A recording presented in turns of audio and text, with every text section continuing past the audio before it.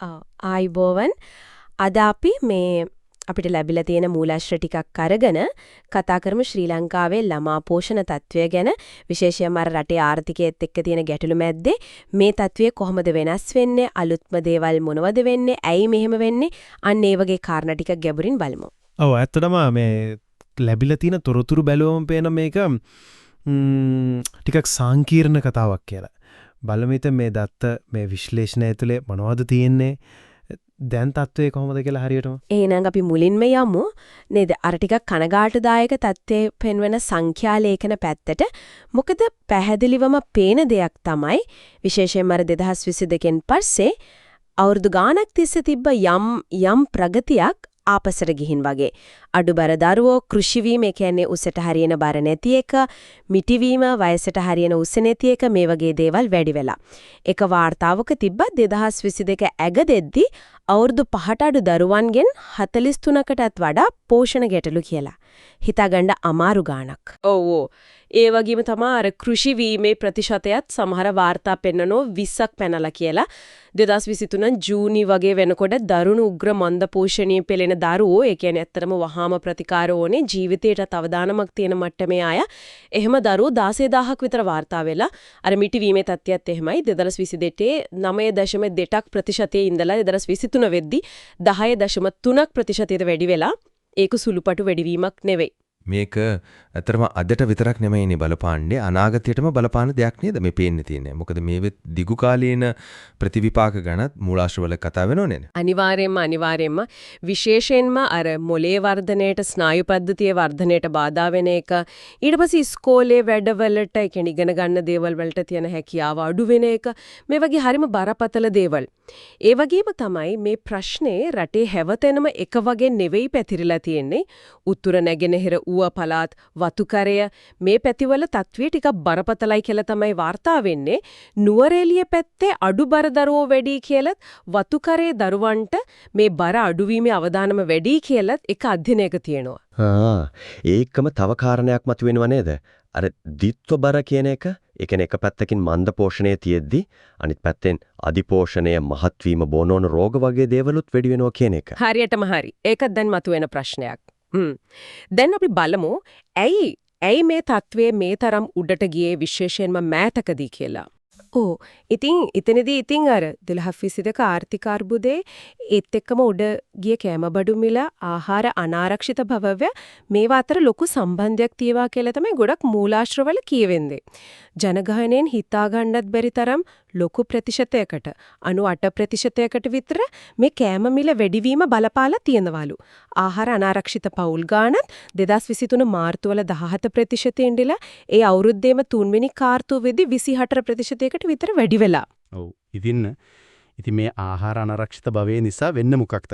පවුල් වලට සිද්ධ වෙනෝ අර බඩ පිරෙන්න ලාභයට ගන්න පුළුවන් හැදෙල පෝෂණය අඩු කාබෝහයිඩ්‍රේට් වැඩියෙන් තියෙන කෑම වලට යොමු වෙන්න. ඒ කියන්නේ බත්, පාන්, පිටි කෑම වගේ දේවල්.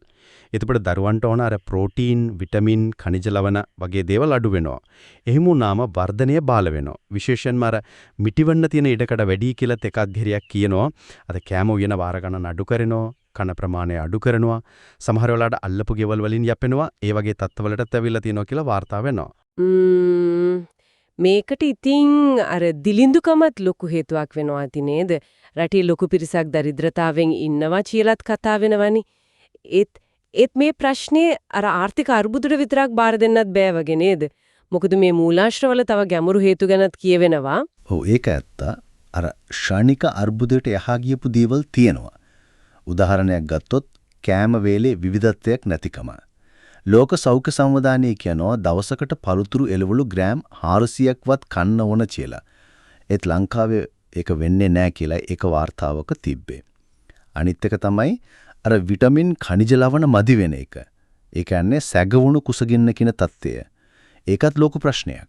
මට මේ මූලාශ්‍ර අතරින් හරිම කියන්න ඕනේ දෙයක් තමයි අර නුවරඑළිය ගැන කරපු අධ්‍යයනයකින් එන කාරණය. අපි සාමාන්‍යයෙන් මන්ද පෝෂණය කිව්වම හිතන්නේ කෑම ගැන විතරනේ. හැබැයි මේ අධ්‍යයනයෙන් කියනවා පිරිසිදු වතුර, සනීප ආරක්ෂාව, වොෂ් කියන්නේ ඒ වගේ දේවල් අපි හිතනවට වඩා ගොඩක් තදින්ම නවයෝන් වියේ දරුවන්ගේ පෝෂණයට බලපානවා කියලා. ඒක ඇත්තටම මේ ප්‍රශ්නේ දිහා බලන කෝණයම වෙනස් කරනවා වගේ නේද? ඇත්තමම ඒ වොෂ් සම්බන්ධය හරිම වැදගත් සොයා ගැනීමක්.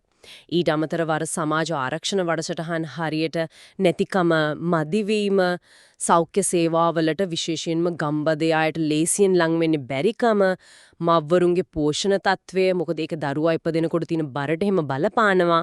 ඒ වගේම දරුවන්ගේ වර්ධනීය මනිනර ප්‍රමිතීන් වල තියෙන සමහර ගැටලු ඊටත් එහා ගින් සමාජීය ආර්ථික දේශපාලන චිත්තවේගීය වගේ පුලුල් කාරණාත් මේකට බලපානවා කියලා සාකච්ඡා වෙනවා.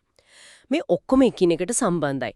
අර ආර්ථික ප්‍රශ්නත් එක්ක මේවා තවත් දරුණු වෙනවා. ඒක පද්ධති මේ ගැටලුවක්. එහෙනම් අපි මේ කතා කරපු දේවල් ඔක්කොම එකතු කරලා බැලුවොත් පේන දේ තමයි ශ්‍රී ලංකාවේ ළමා මන්ද පෝෂණය කියන්නේ ඇත්තටම උග්‍ර වෙමින් තියෙන හේතු ගණනාවක් තියෙන සංකීර්ණ ප්‍රශ්නයක්. ආර්ථික අර්බුදයයි ආහාර අනාරක්ෂිතභාවයයි ලොකු බලපෑමක් කරනවා තමයි.